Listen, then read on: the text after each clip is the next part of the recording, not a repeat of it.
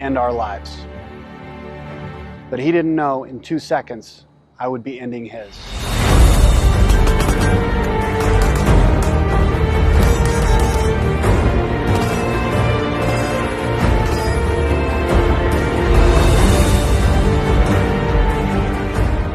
My name is BJ Baldwin.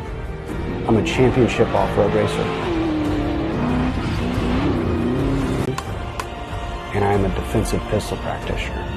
And I have always been a long-time proud member of the National Rifle Association.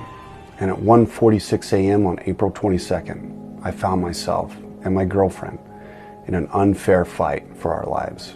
After a long day, my girlfriend and I decided to get some fast food at In-N-Out, get a couple burgers. After we finished eating, Tori and I both got out of the car. We were checking our text messages and emails and getting back to people. I was getting back to people from work. And I heard Tori whispering in distress, trying not to be heard, but she was saying, BJ, BJ, BJ. And I looked around to her last known location. She was just to the right of me, and I couldn't see her. I could hear her voice. It sounded like she was in distress. As I scanned the parking lot, I saw two men way off in the distance, about 80 yards.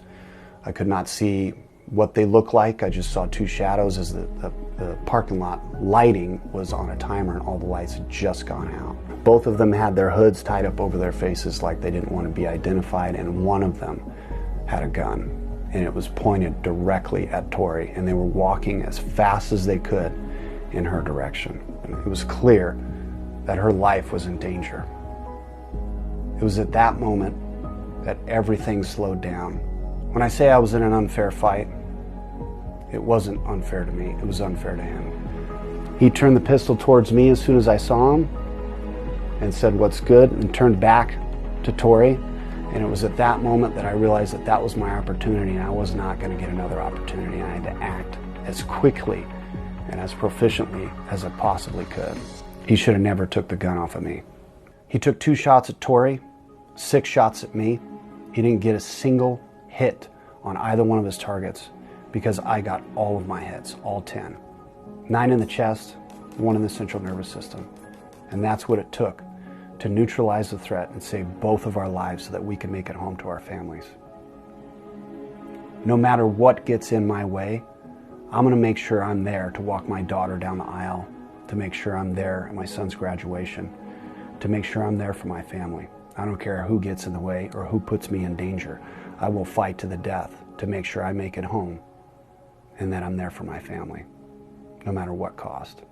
And that's why I put so much effort into my training, so that if I'm ever in danger and somebody ever tries to put us in harm's way, it's an unfair fight in my favor.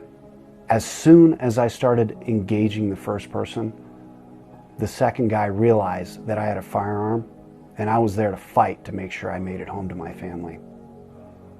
That struck fear into his heart, and he ran as fast as he could in the opposite direction because he wasn't there to get in a gunfight. Getting in a gunfight was not on his to-do list. Thankfully, I had my firearm. Thankfully, I had a concealed carry permit. And thankfully, I was trained. This person that attacked us had their own challenges in life, and I'm not one to judge. But it's my belief that had I not had my firearm with me, this person would have put a bullet in my girlfriend's head just to see the look on my face and probably killed me as well. Joe Biden and Beto O'Rourke are totally comfortable with my girlfriend and I laying face down dead in a parking lot as long as it doesn't interfere with their gun control agenda. And the simple fact is, a good citizen with the ability to defend their lives and defend the lives of their families, they are a tremendous asset to society. Criminals are not interested in getting in gunfights. They're interested in preying on the weak and the defenseless. And that's what this person thought I was, and he was definitely surprised to find out that I wasn't.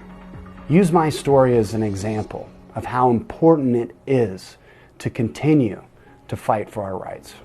It's more important now than ever to join the fight to preserve our rights so that we may ensure the safety of ourselves, the safety of our family, and preserve the right to do so.